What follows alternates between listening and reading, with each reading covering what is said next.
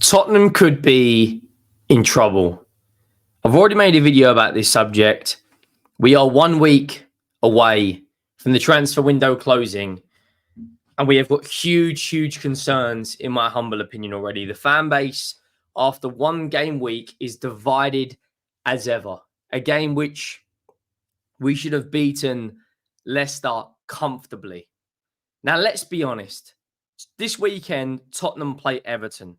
Tottenham should be scoring 2-3 goals minimum against this Everton side. They are diabolical and have been diabolical, just about surviving in the Premier League now for a couple of years. They haven't signed a huge amount of talented players. They've only got 14 first-team players fit. But my concern is what happens after this Everton game and our defensive issues.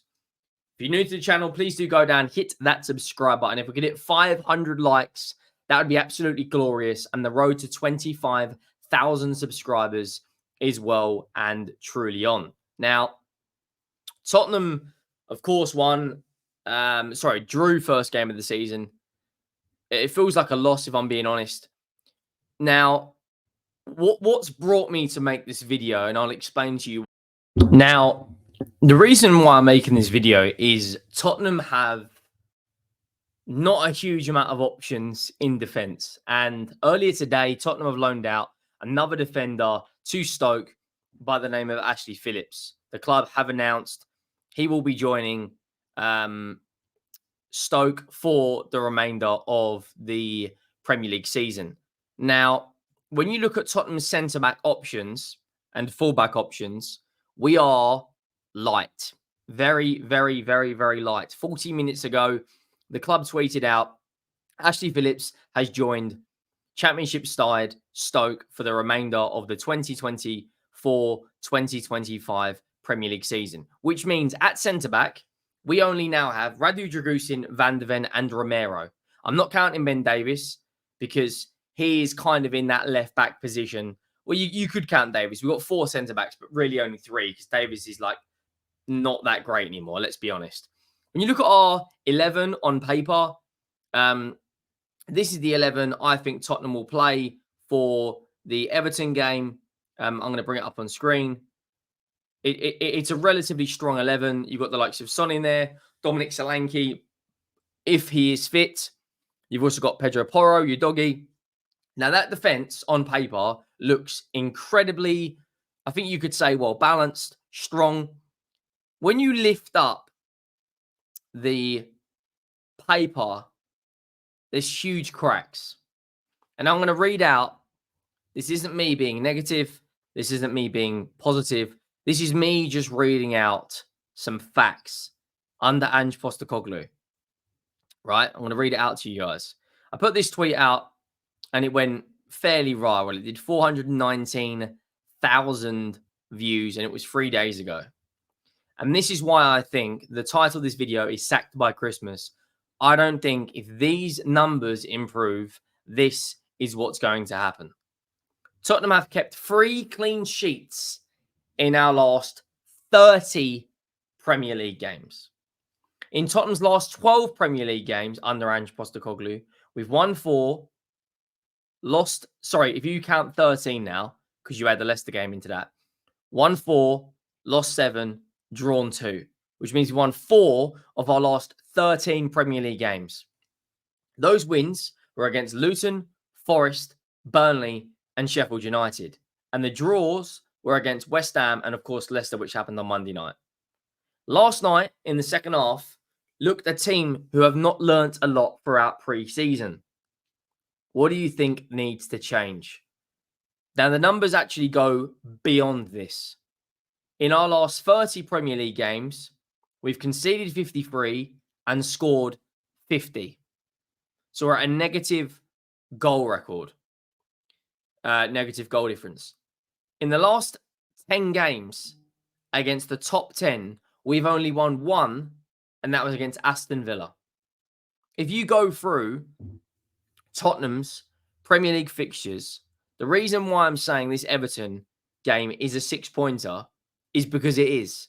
And we're only 2 games into the Premier League season. Let me explain to you who we play after Everton. And I just want you to look at our next 8 Premier League fixtures. And I want you to give me your thoughts, because there's not a lot of Tottenham fans that follow this channel. It's a lot of rival fans. So let me know your thoughts down below. Everton at home is tomorrow. Newcastle United away, a ground which we've conceded 10 goals in the last 2 fixtures. A North London derby against the top 2 Premier League sides in the league. Brentford, which you would expect Tottenham to quite easily win. Manchester United and Brighton away. Man United are now have got a feel-good factor around the football club and look a lot stronger this season. And I think they will be up to speed. By then, you should have Rasmus Højlund be back as well. Brighton away, we lost their 4-2 last season, and they absolutely dismantled Everton first game of the season. We then have West Ham at home, which they've made a lot of signings. Plus, in between the Man United and Brighton game, Tottenham will have a Europa League fixture, right? Then we play West Ham and Crystal Palace away. Now, I'm going to be brutally honest right now. I'm going to try and call this as fair as I possibly can. I think Tottenham beat Everton, Brentford,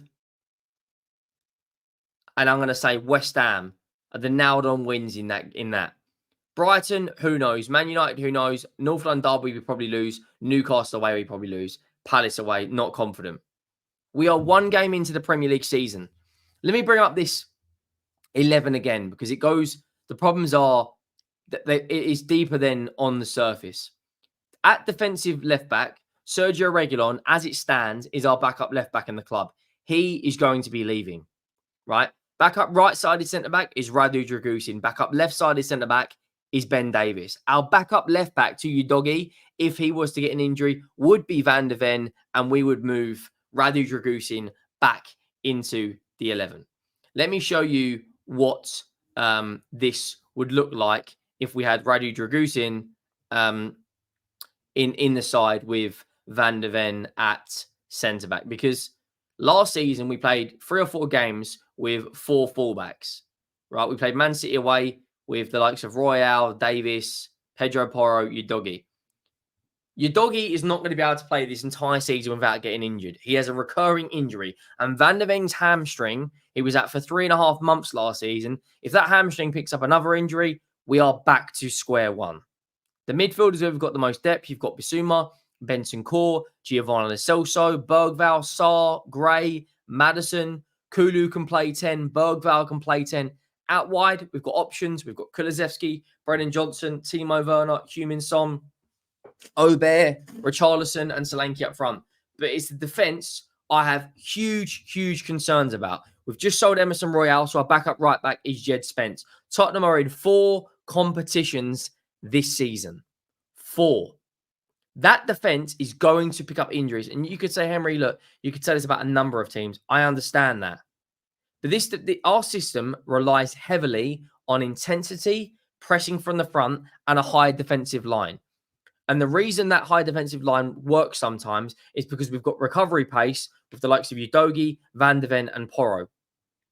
But as you can see, 3 clean sheets in 30 games. 30 games. And we've already not kept the clean sheet for the first game of the season. On my Premier League predictions that I put out earlier today, I did Tottenham to win 3-1. Tottenham will beat Everton, but we will concede a goal. But then you look at the run of games Tottenham have got afterwards, with Newcastle United away, with the North London derby to Arsenal, with Brentford in there, Man United, Brighton, West Ham, Palace. I know the way Daniel Levy operates. I know the way this fan base moves.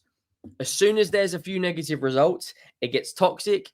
There's a lot of pressure that starts building. And I personally think as of right now, on the 23rd of August, with 1 week left in this transfer window, this run of fixtures is incredibly tough. Bearing in mind, we're going to have the 4th round of the League Cup. We're going to have the Europa League. And you could say this about Man United. You could say Arsenal are going to have Champions League fixtures. But look at the defensive options that Arsenal have got. Players that don't even get in the team at the moment. Calafiori, Tomiyasu, Timber, Kivior. Then you've got the 4 defenders of Gabriel, Ben White, Saliba, and of course Zinchenko. The midfield options. Our defensive options are very thin. And I put out a tweet earlier today saying that surely Tottenham were going to sign a defender. Surely we have to go out and sign a defender. And the mixed response was, no, we won't. We won't. That's it. We won't. Like, in terms of outgoings, I think we've done very well. Manuel Solomon, according to Fabrizio Romano, will be leaving the football club. You know, we've got rid of the likes of we've got rid of the likes of Ollie Skip, which is a good bit of business. We've got rid of the likes of, Tanganga. Eric Dyer's gone. A number of players. Brian Hill's joined Girona. We've got rid of 10 players this window. Dane Scarlett's gone out on loan. Troy Parrott's left. But in terms of incomings, we need 2 defenders as a bare minimum between now and the remainder of the transfer window. Otherwise, I'm going to be brutally honest. When the injuries come, because they will come,